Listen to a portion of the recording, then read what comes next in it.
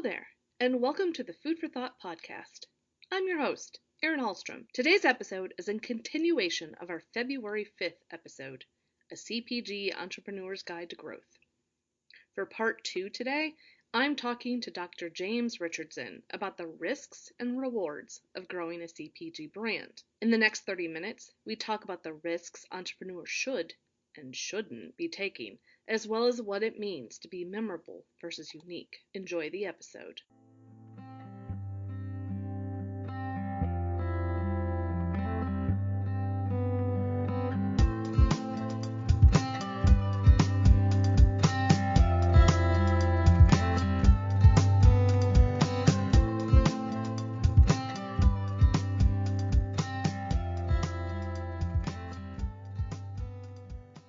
I have a two-pronged question for you, and it's about risks. Okay. So the first part of the question is, what risks are food entrepreneurs taking that aren't paying off? And the second part is, what risks should they be taking instead? Yes, these are good questions. So I think one of the risks that I see people get involved in who are selling in retail, and I think a lot of people got sucked into it this year, is doing a whole bunch of paid advertising on social media for your brick retail sold product line. And it not only does it lose money, but unless you have right away, because of the pay-per-click fees and just the impression fees to get inside somebody's feed. But generally these campaigns don't do much more than create awareness. And they do it at a cost that, when I look at people who've tried these things, that it doesn't seem to me that you create the same level of memorability for the same amount of money as you do getting out into the community. Now, a lot of people put their money they took it from field marketing this year and they stuffed it into social media because they didn't know what else to do with it.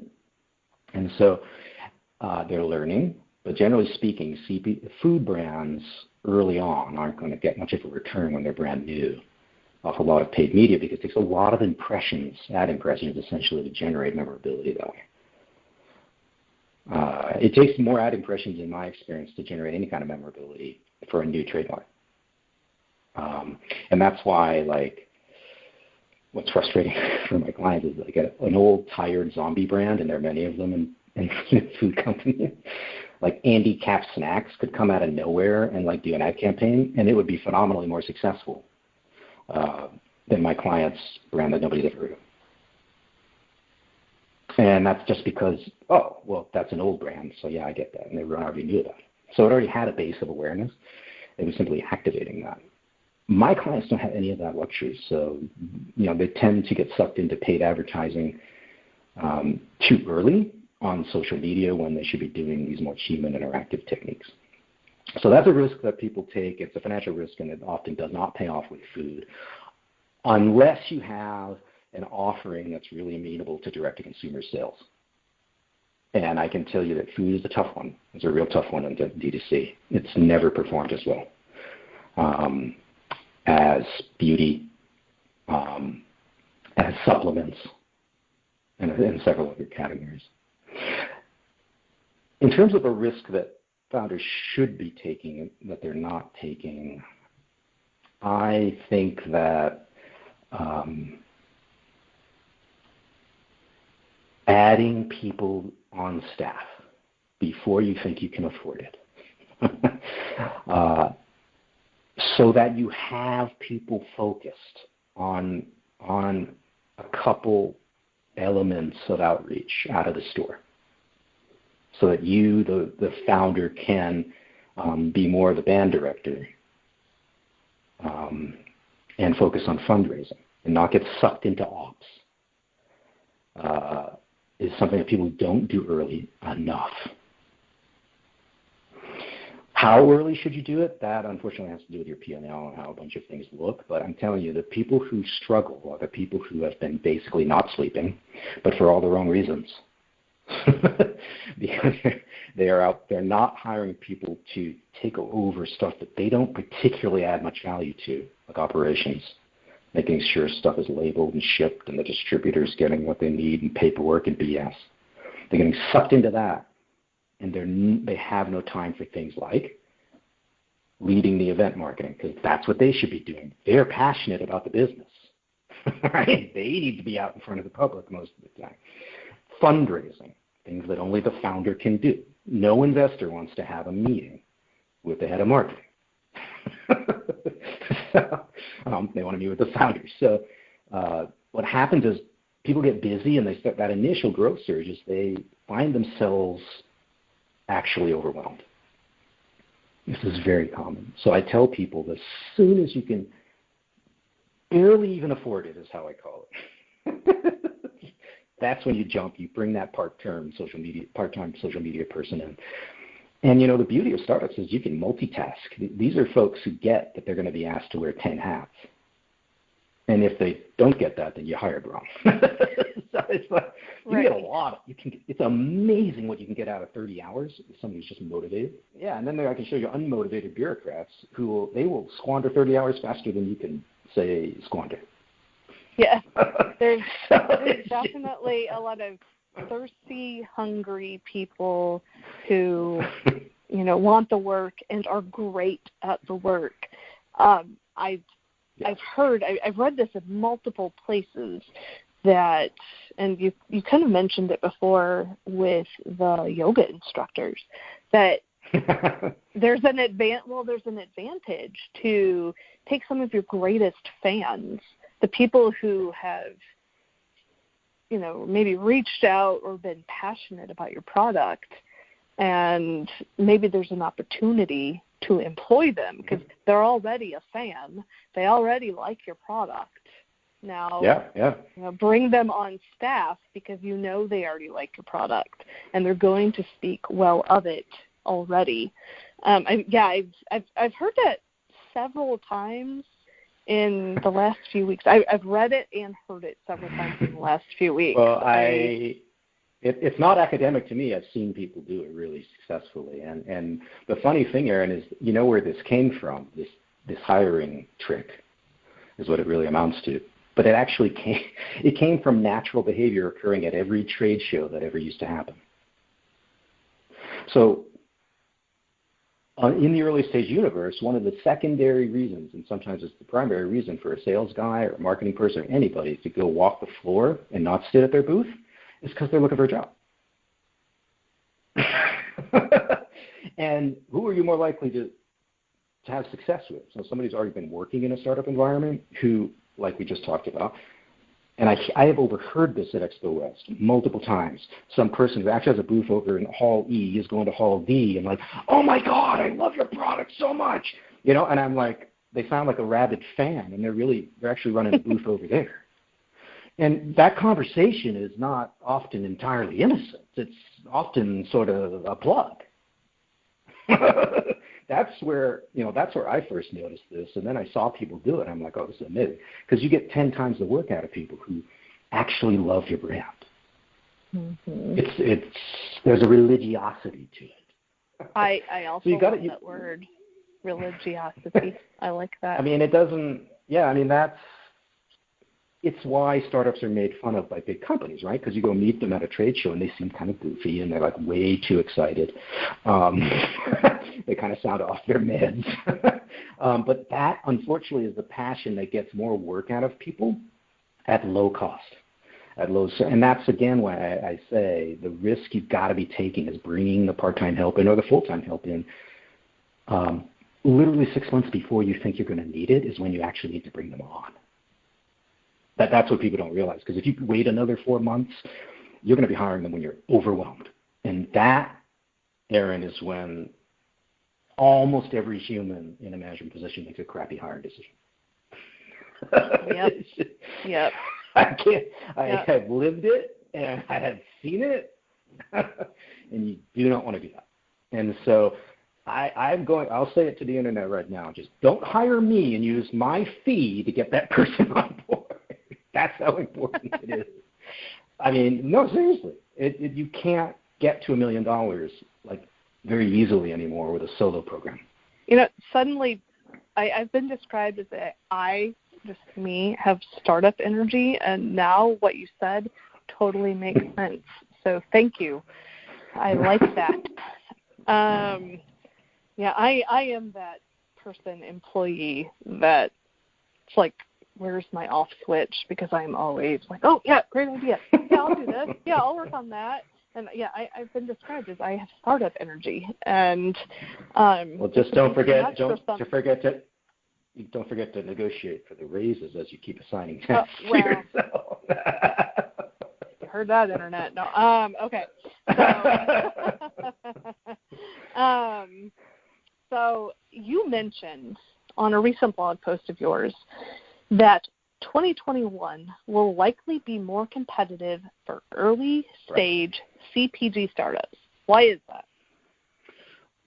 So there's a couple things, but the number one problem is that due to the surge in CPG volumes, which is the vast majority has gone to the legacy incumbents. They already dominated the shelf space, but they've actually been assigned by the major chains even more shelf space so that they don't go out of stock.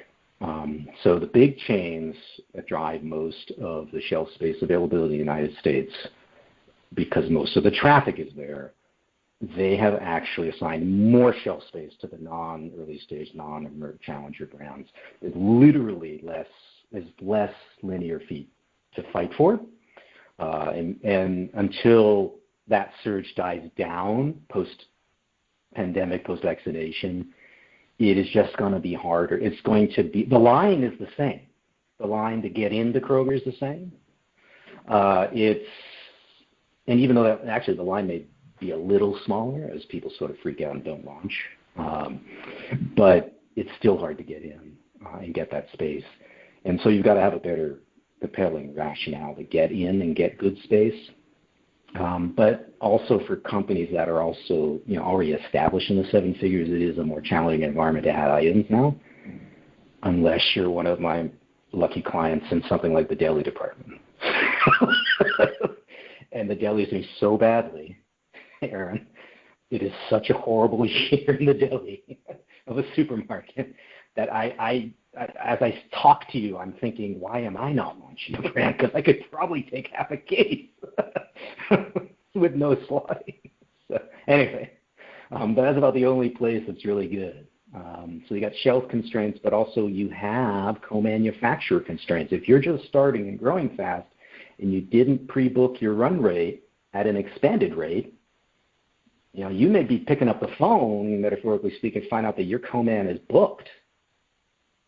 I mean, I have clients who are in fairly capacity constraint categories, and in those categories, I mean, we're talking startups, they're getting one run a year. Now, that's terrifying, right? So that will get a little easier, I think, with the pandemic easing, because some of that private label volume, which is filling up those plants to some extent, will attenuate. At least it always has with every recession I've seen. So it's more on the supply and shelf situation, and that's creating more competition for 2021. I could go on and on and on about why life is just getting more competitive for early stage CPG startups. That's why I wrote the book, is because I want people to think more like a high octane kind bar kind of business early on, because if they embed that in the DNA of their startup, they are going to do so much better.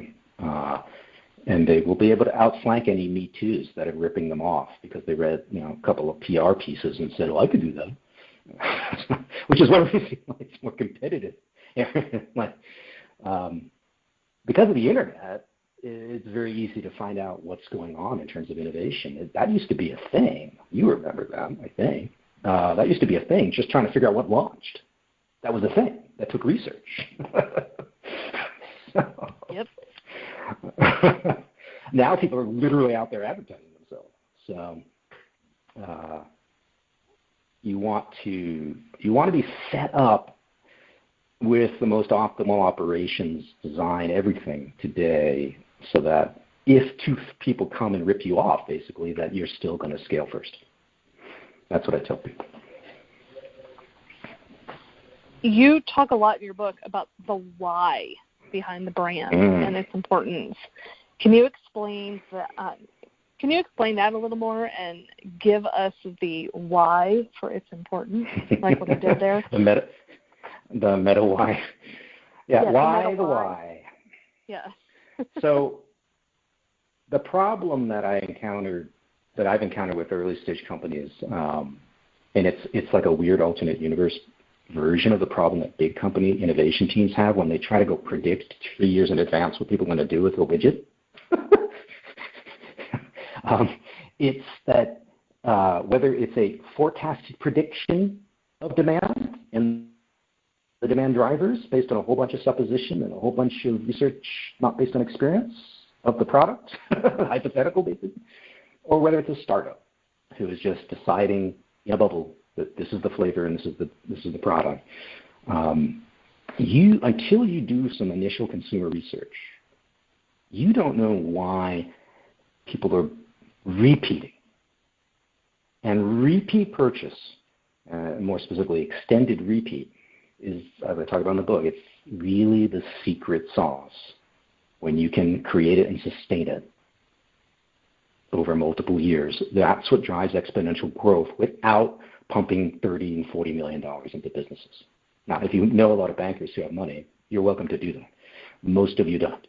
So you don't really have any other option than to do the cash-efficient way. And the cash-efficient way is to create a business built off of 80% plus repeating on an annual basis and probably 50% on a monthly basis. And people are repeating, habituating to your business. They're buying it literally every month for a couple of years. That's what you need to create on the ground as an undercapitalized business. So how do you have to know what the symbolism is, what the language is, what the sensory cues are that your habitual fans have figured out, and don't assume that you know what it is just because you invented it. And that's the big sort of, oh my God. The innovator is the least qualified person to tell anybody, including himself or herself, why the business is succeeding at the level of product consumer engagement. I don't say that just because I'm an arrogant social scientist. I've lived that gap in understanding, and when you don't understand it, you go do crazy things with your package symbolism that doesn't connect with people, and you go and you spend 5 years selling kale chips because you were never listening. You're only listening to yourself. And kale chips don't scale because they're freaking disgusting. If you gave a handful of kale chips to a random sample of even 50 people in the general public, almost all of them will spit them out. And to me, that's the golden sort of Uncle Larry test, which is, oh my God, it's disgusting. Now, if you go to Expo West, you could find 1,000 people who love kale chips, and that's the problem. So you've got to understand objectively how to figure out what's driving repeat, and then you have to figure out a playbook that's going to find more of those people and spread the message that they figured out. And it's often not the message that led you to start the business. So in my book, I talk about this.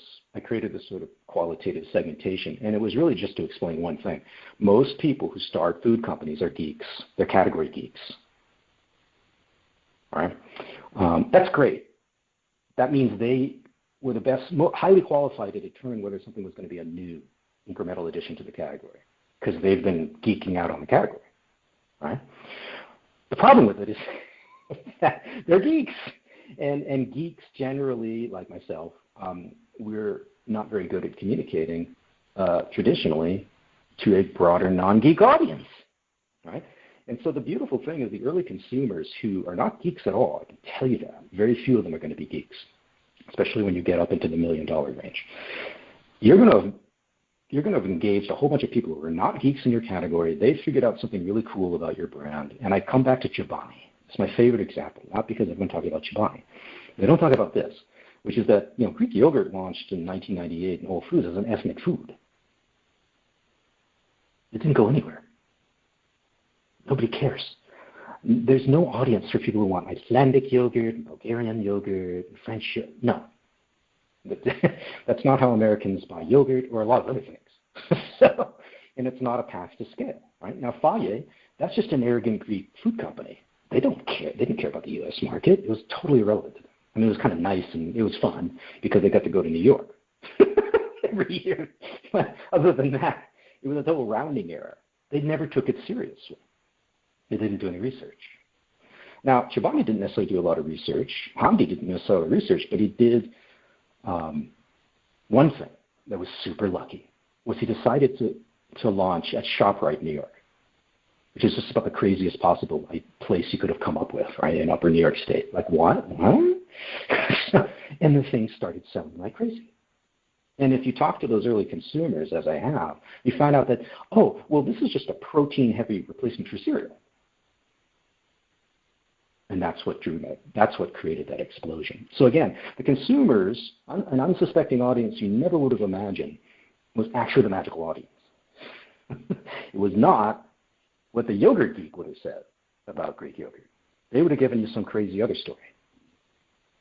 So you've got to figure that why out, because that is what is going to become the engine of your playbook. And once you can cut and paste that playbook, you can take it to every market in the country.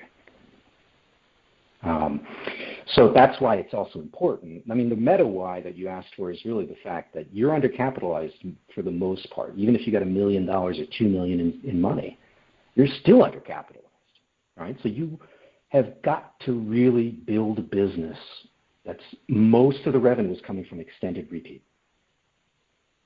And this is a standard that I'm sure people at Big Co are just laughing their off right now because, basically big brands don't generate that when they launch line extensions. It's a joke. Most of them have repeat rates of 10% or less. I don't know if you're aware of that. It's abysmal. It's pathetic, right? So the numbers I threw out at you, not only are they attainable, I see them in my clients' businesses, but they keep happening. And they happen with brands that are highly innovative, where people built memorability into the business, work the out-of-store angle. And this doesn't necessarily cost a lot of money. But you also do have to listen to your consumer. And when I started this, Aaron, I had this weird, naive assumption that entrepreneurs were like anthropologists. They would politely listen. And no, they're not that different than the big general manager at Kraft Heinz, who thinks he has all the answers in advance. They're actually not that different in that one respect. The difference is they can actually pivot, and it's easier to convince them to stop, listen, iterate. Once the big guy at Kraft Heinz has launched his line, he doesn't want to hear about iteration. All he wants to hear is ka-ching, because he's going to get fired. So that ego is not an addressable, coachable one at that point. But the entrepreneur is a little more coachable. So I hope that explained the why and the meta why. I want to close this episode talking about something that you bring up in your book regarding a brand being memorable versus being unique. Can you explain what that means for CPG entrepreneurs? Unique it's a very compelling word to the liberal arts crowd, and there is a growing group of entrepreneurs who fit that bill. And I think people, and geeks do actually have a tendency to want to do something really unique. I remember this from my academic days. I want to be so unique and snowflakey. The problem with unique is that true uniqueness, like in a category context, it's just a form of rarity. It's an extreme form of rarity, right? The problem is that by itself doesn't really tell you anything about a product line's potential or a brand's potential. Being really, really rare isn't really correlated with its success at all. And that's because, Aaron, most rare stuff, when you hand it to a larger, broader audience of non-geeks in the category, it just looks freaking weird. And so it triggers to them weird, unappealing, not even going to try it. And it's a large percentage you're going to have that reaction, the more rare and weird it is, right? So unique really raises the specter of, oh my God, I just have this weird thing. It's got weird ingredients. It's got a weird name. It's got a weird texture. It's got a, and I'm basically describing tempeh still, which is my favorite punching bag. Everything about it is completely weird to most Americans and unpleasant unless drowned in a specific sauce. So What you want is a interesting, competitively different thing. So different, not necessarily unique, but different enough that it's not so weird that I don't want to try it. And then that is what is sort of, to me, the crucible of creating a memorable brand or memorable product line. Because some kind of difference from something else in the category. It doesn't have to be very extreme at all.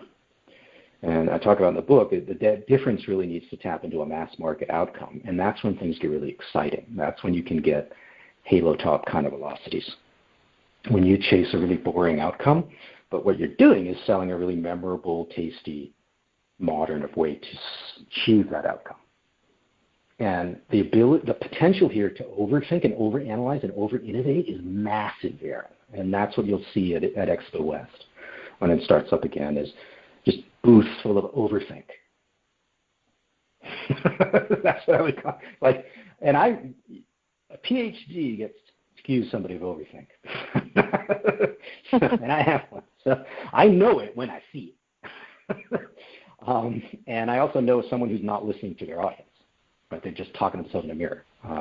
What you want to do is create something memorable that's memorable within ordinary people's brains and stomachs, in their brains specifically, but excites their stomachs first, creates memorability, but isn't actually chasing real uniqueness. That's not the point. That's an artistic goal that doesn't lead to scale, although it may lead to enjoyment. I can't rule that out. If someone wanted to get in touch with you and do more of a one-on-one, really reap the rewards of your skills and what you are all about, how could they do that?